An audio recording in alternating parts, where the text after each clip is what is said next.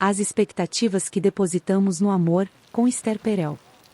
Natasha Lum, você acha que uma parcela da nossa ênfase no amor e na intimidade hoje em dia tem a ver com sentir que somos especiais? Porque acho que gostamos de sentir que somos a única pessoa capaz de fazer nosso parceiro ou parceira feliz, então se alguém trai ou vai embora, isso fere o nosso ego. Esther, nós temos um ideal romântico de que vamos encontrar a pessoa, uma alma gêmea, única, insubstituível. E nessa união romântica acreditamos que também somos da pessoa para nosso, parceiro, Acreditamos que somos todos únicos, insubstituíveis e indispensáveis.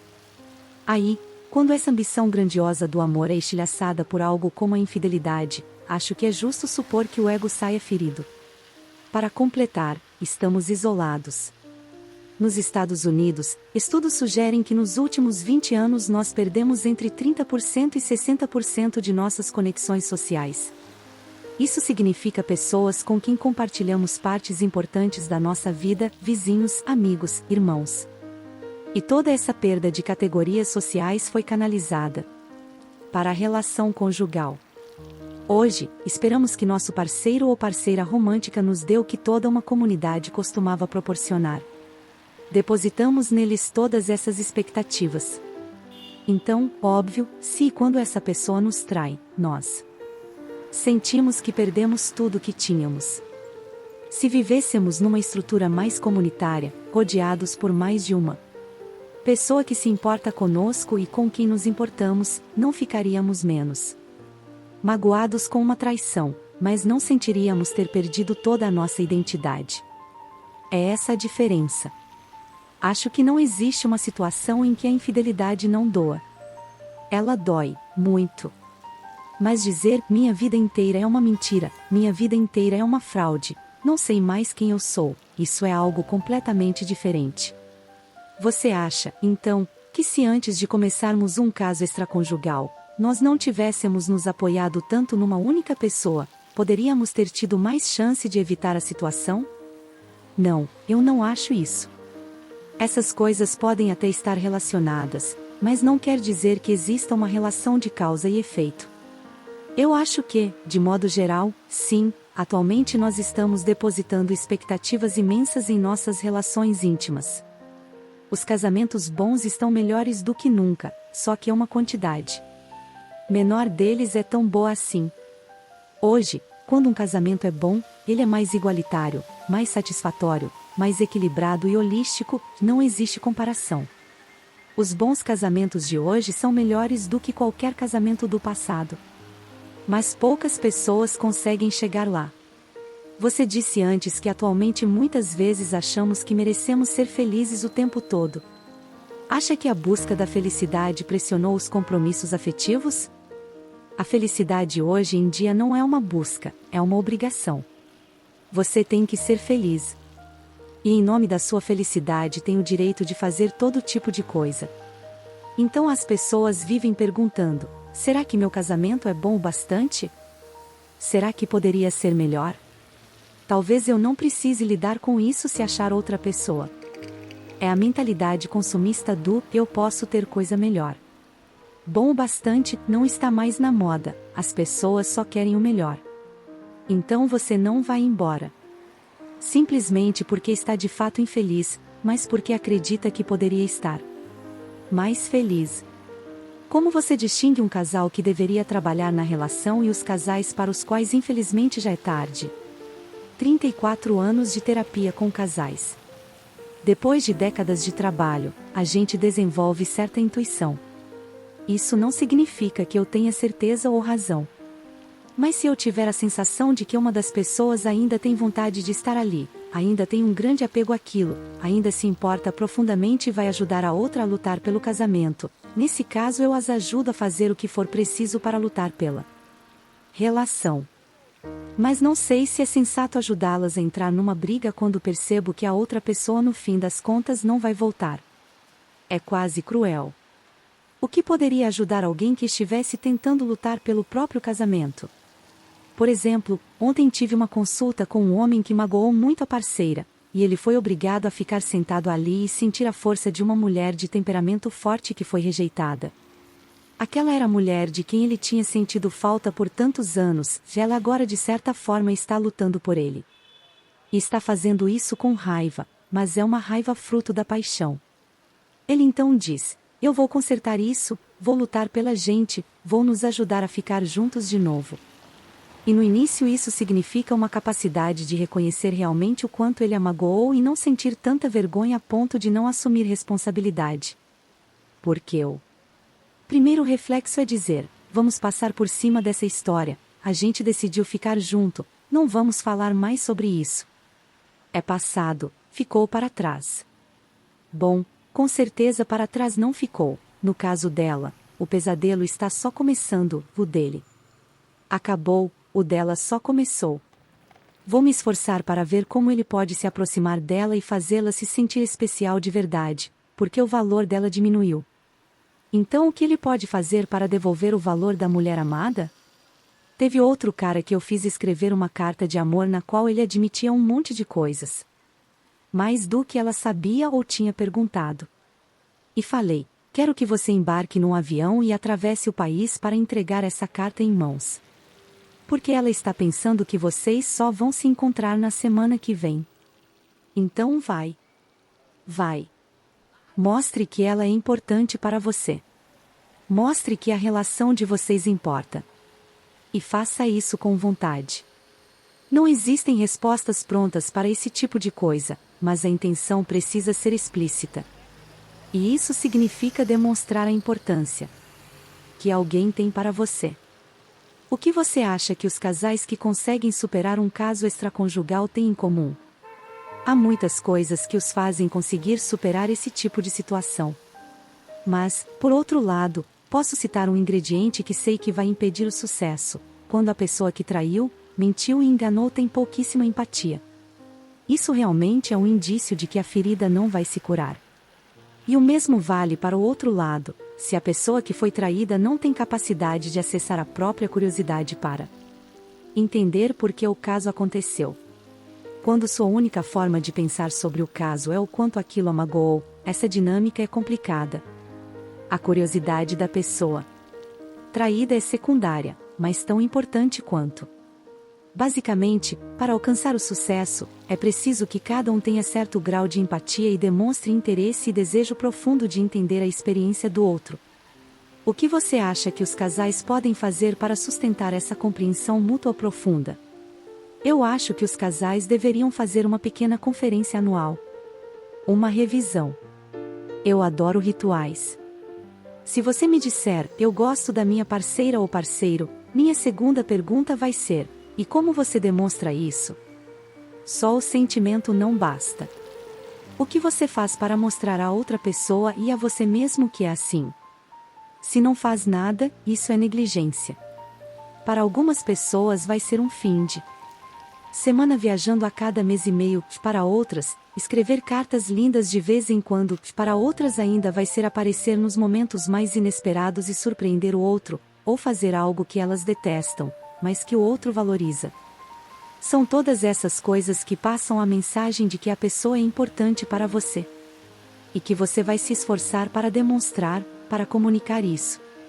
Depois de 34 anos atendendo casais, você acha que o casamento ainda é uma instituição válida?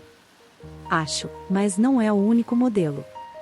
Quando o assunto é casamento, nós temos um modelo bastante monolítico, e um tamanho único não tem como servir todo mundo. Já reinventamos a família várias vezes, temos famílias nucleares, famílias estendidas, famílias recompostas, famílias monoparentais, famílias sanfona, famílias homoafetivas. Nós realmente permitimos uma grande variação nos modelos de família.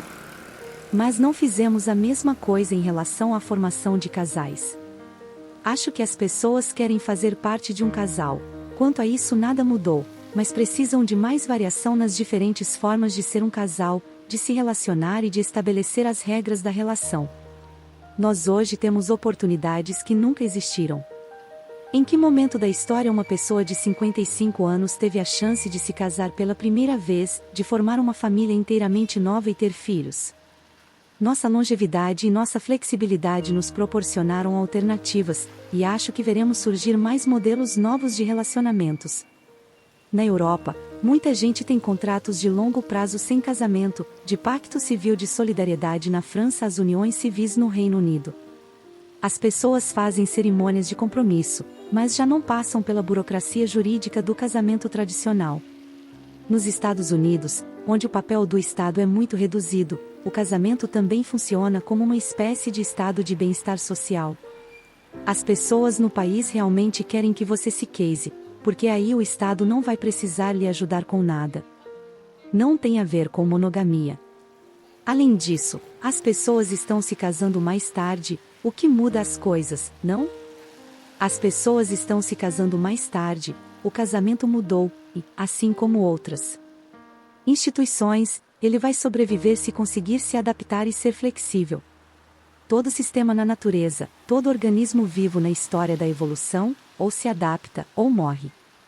O matrimônio se adaptou ao longo da história. O casamento entre agricultores na zona rural não é o mesmo da era industrial, que não é igual ao casamento entre empreendedores, que não é como o casamento dos 40% de casais norte-americanos em que as mulheres ganham mais do que os homens.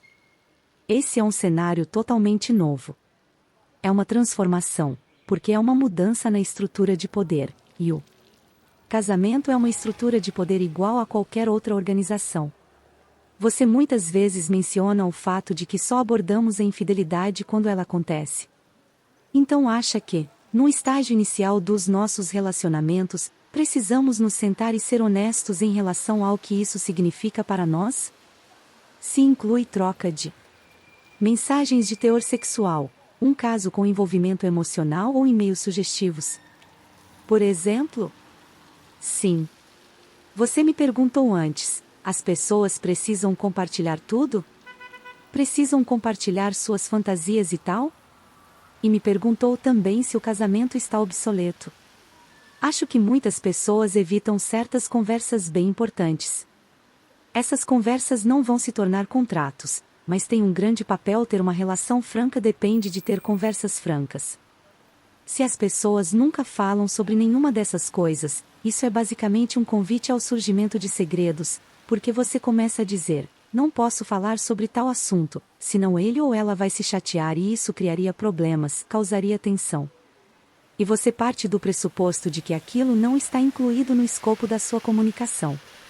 Um relacionamento adulto é aquele em que as pessoas negociam o que vai ser exposto, negociam intimidade, franqueza, o que fica junto e o que fica separado. Alguns casais vivem em círculos inteiramente sobrepostos em que tudo é dividido e há muito pouco espaço individual. Esse é o modelo deles. Outros casais têm um estilo de vida muito mais diferenciado, com uma sobreposição pequena. Eles dividem algumas coisas muito importantes, mas cada um tem seu mundo. Ambos os modelos podem ser igualmente férteis, mas uma coisa bastante evidente é que após um caso extraconjugal, uma das frases mais frequentes que se escuta, embora não sempre, é de estamos tendo conversas que não tínhamos há décadas. E você se pergunta, sobre o que essas pessoas conversavam esses anos todos? De alguma maneira, quando acontece um caso extraconjugal, é como uma comporta que se rompe. Não há mais nada a perder e as pessoas de fato se abrem, e, pela primeira vez, conversam sobre a qualidade do relacionamento sexual, sobre todo tipo de assunto que antes não queriam debater porque preferiam evitar conflitos. Você está com seu marido há mais de 3 décadas. Como seus estudos modificaram sua abordagem do próprio relacionamento? Acho que nós conversamos. Obviamente não existe assunto tabu para nós em relação a isso e às inúmeras coisas que acontecem em relações longas. Sabemos muito bem que, à nossa volta, metade dos casais não está mais casada, e, depois de 35 anos, nosso casamento é quase uma relíquia. Quando você diz que está casado há 35 anos, as pessoas quase aplaudem. Mas longevidade não é o único parâmetro de sucesso. Acho que nós investimos no nosso relacionamento, sabe, e aplicamos nele nossa compreensão. Nós compreendemos que precisamos de renovação, novas experiências, aventuras. É preciso fazer coisas novas que estejam fora da zona de conforto. Nem todo mundo precisa, mas para nós isso é uma parte importante, ter uma relação que cresça e continue nova. Isso vem em parte da criação de experiências novas. Aplicamos o que vemos e aprendemos trabalhando com as pessoas, a partir de pesquisas e dados. Dizemos, deveríamos fazer isso, isso é importante. E de vez em quando nos perguntamos, será que precisamos mesmo fazer isso? E aí engatamos sim, precisamos, do mesmo jeito que diríamos. Será que precisamos mesmo ir à academia? Podemos nos dar ao luxo de não ir por 1 ou 2 semanas, mas depois vamos sentir os efeitos. E por acaso alguma vez nos arrependemos de ter ido ou de ter feito alguma coisa que foi boa para nós, que mostrou que estávamos nos esforçando por nós dois? Não, nunca. O que você gostaria de ter sabido antes sobre o amor? O que eu diria para o meu eu mais jovem? Mantenha os pés bem firmes no chão. Você sabe que a questão não é apenas quem vai encontrar, mas também quem você vai ser. Amar não é um estado de euforia. Amar é um verbo. Pressupõe ação, demonstração, ritual, práticas, comunicação, expressão. Amar é ser capaz de assumir responsabilidade pelo próprio comportamento. Responsabilidade é liberdade. Às vezes esse tal de amor é mesmo incrível. Num dia você pensa, chega, vou dar o fora, não quero mais nada com você, não aguento ficar aqui nem mais 1 minuto. Na manhã seguinte, você acorda, puxa a pessoa para perto e diz, que bom acordar com você. É algo bizarro, que vai e vem, e é complicado. Então, invista no amor. Se informe sobre relacionamentos, não leia só sobre todos os outros assuntos. Porque devemos aprender a estar num relacionamento, não é algo que se nasce sabendo.